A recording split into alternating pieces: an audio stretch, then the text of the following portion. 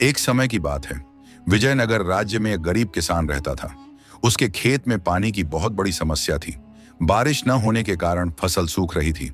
मजबूर होकर वह किसान राजा के पास पहुंचा और बोला, महाराज, मेरे खेत के पास कुआं है, लेकिन उसमें पानी बहुत कम है। मैं दिन रात मेहनत करता हूं, फिर भी खेत को पानी नहीं मिल पाता। तेनालीरामन ने किसान की बात ध्यान से सुनी और कहा, चिंता मत करो, तुम्हारी समस्या का हल जल्दी ही हो जाएगा। उसी रात राजा कृष्णदेवराय कारागार का निरीक्षण करने गए। वहां बंद दो चोरों ने राजा से दया की भीख मांगी। उन्होंने बताया कि वे घरों में चोरी करने में बहुत निपुण हैं और यदि राजा चाहे तो वे दूसरे चोरों को पकड़वाने में मदद कर सकते हैं। राजा कृष्णदेवराय दयालु शासक थे, इसलिए उन्होंने चोरों को छोड़ने के बारे में सोचा, लेकिन उससे पहले एक शर्त रखी। राजा ने कहा, यदि तुम मेरे मंत्री तेनालीरामन के घर में चोरी करने में सफल हो जाओ, तभी मैं तुम्हें मुक्त करूंगा और हेर जासूस के रूप में नियुक्त करूंगा। दोनों चोरों ने यह चुनौती स्वीकार कर ली। अगली सुबह रानी चिन्ना देवी ने राजा से पूछा, आपने ऐसी चुनौती क्यों रखी? राजा कृष्णदेवराय ने जवाब दिया, इसका उत्तर सुबह मिलेगा। उसी रात दोनों चोर तेनालीरामन के घर पहुंचे और बगीचे में छिप गए। तेनालीरामन को आहट मिल गई और उन्हें समझ आ गया कि चोर आए हैं। तभी उनके मन में एक योजना आई, जिससे चोर भी पकड़े जाएं और गरीब किसान की समस्या भी हल हो जाए। तेनालीरामन ने जोर से अपनी पत्नी से कहा, आज मैंने चोरों को देखा है, जल्दी से सारा धन एक संदूक में रख दो, हमें इसे सुरक्षित जगह छिपाना होगा। यह सुनकर चोर खुश हो गए। कुछ देर बाद तेनालीरामन वह संदूक उठाकर घर के पीछे स्थित कुएं की ओर चल पड़े। चोर चुपचाप उनके पीछे पीछे चलने लगे। कुएं के पास पहुंचकर तेनालीरामन ने वह संदूक कुएं में फेंक दिया और घर लौट आए। जैसे ही तेनाली अंदर गए, दोनों चोर कुएं के पास पहुंचे और संदूक निकालने के लिए रात भर पानी निकालते रहे। पूरी रात मेहनत करने के कारण कुएं का सारा पानी बाहर निकल गया और सुबह तक आसपास की जमीन में फैल गया। सुबह होते होते कुएं में पानी का स्तर बढ़ गया और पास ही स्थित उसी गरीब किसान के खेत तक पानी पहुंच गया।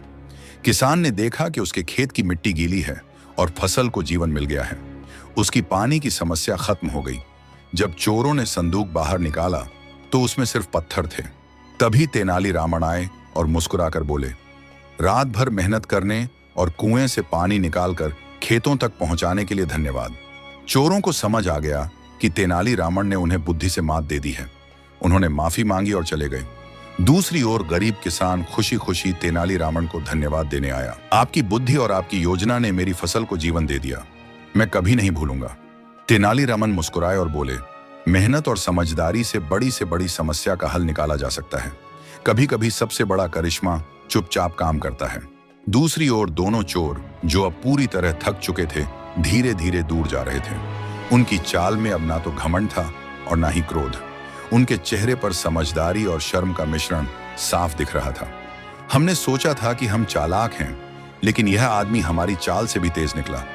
एक चोर ने धीरे से कहा, हमें महाराज से माफी मांगनी चाहिए और अब कभी चोरी नहीं करनी चाहिए। गांव में खुशियां फैलती हैं। किसान ने अपने गांव के लोगों को बुलाया और सबको बताया कि कैसे तेनालीरामन ने चोरों की चालाकी का इस्तेमाल करके खेतों तक पानी पहुंचाया। गांव वाले हंसते हुए और हाथ जोड़कर उसकी बात सुनते हैं। बच्चे कूद कूद कर खेत में पानी और मिट्टी के बीच खेल रहे हैं। महिलाएं और पुरुष एक दूसरे से बात कर रहे हैं, फसलें देखकर खुश हो रहे हैं। तेनालीरामन गांव के बीच खड़े होकर बोले, देखो, केवल बल और ताकत से नहीं, बल्कि बुद्धि और समझदारी से भी बड़ी समस्याओं को हल किया जा सकता है।